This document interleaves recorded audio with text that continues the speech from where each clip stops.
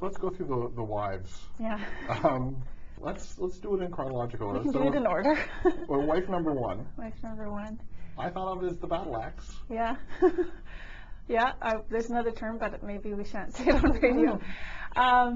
Yeah, she's, I mean, again, in reading the different accounts, you come across all these different personality types and different storylines that would happen, and then there are things, of course, that I imagined.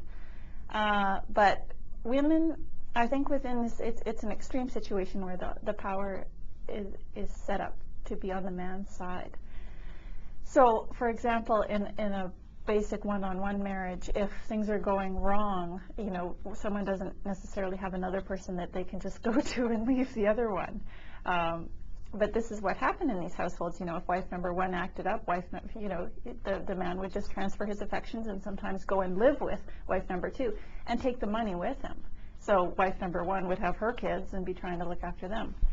So I was very interested in how women would have power within these situations. So some of them had power by having a kind of psychological hold over the husband. Some had power with a psychosexual hold. Some had power with a kind of an affection. And the character of Dory, the fourth wife, has a different kind of power. So with Ursula, the first wife, I wanted to explore that kind of first wife love that Erastus Hammer has for his first wife, where she's his first love. And so even though these other ones come after her, she's got the real inroads to his heart. And she's all about, she's not that interested in him in terms of love. She's more about a kind of devotional love to the charismatic figure who started the whole church, who was Joseph Smith. And many women were. He was an extremely charismatic figure, which is part of how his church grew so quickly. Men and women loved him, and women really loved him, and which is part of how he got away with the whole polygamy thing in the first place.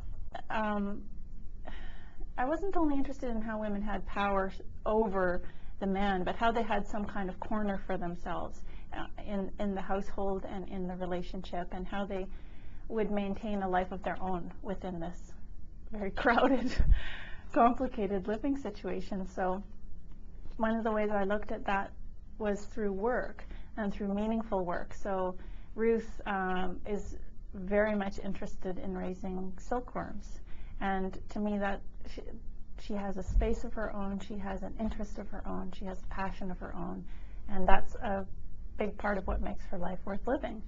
Bring us to number three. Yeah. She's called Thankful. Yeah. Probably because Horny Wench wouldn't kind of sound good in the Mormon churches, Yeah. but that would have been her name, really.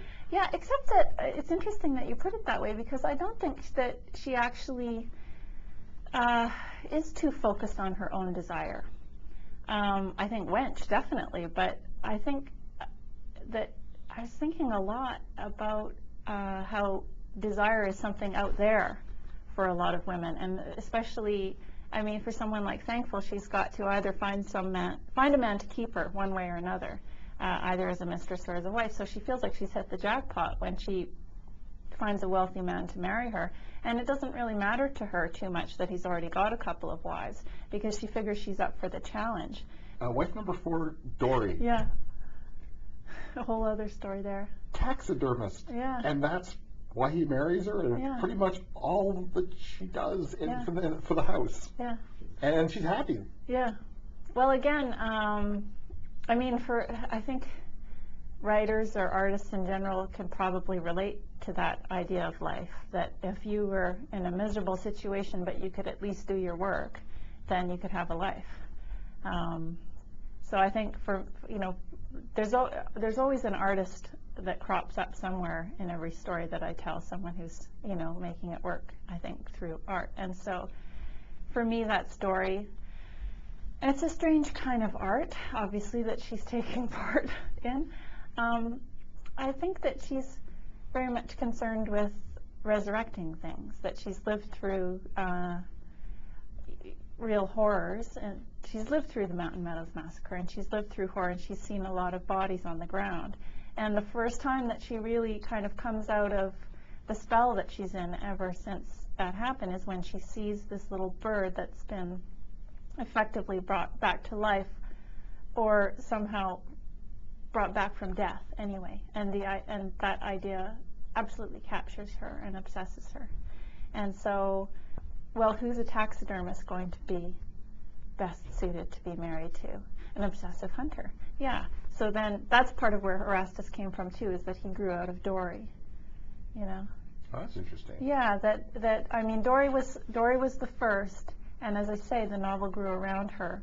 So yeah, it made sense for him to be a hunter. And then at some point during the research phase, a friend of mine said, "Oh, I went to this friend of a friend's cottage, and the guy was a hunter, and he collected family sets of animals. It was so grim." And I just, oh yeah, okay, yeah, I get it. That's Hammer, absolutely. Family sets, not just, he doesn't just want individuals, families, right? I mean, I think everybody in the book is, you know, and so often this is what every story is about, right? It's like people trying to love one another somehow, or to get love, and just being terribly messed up in how they go about doing it.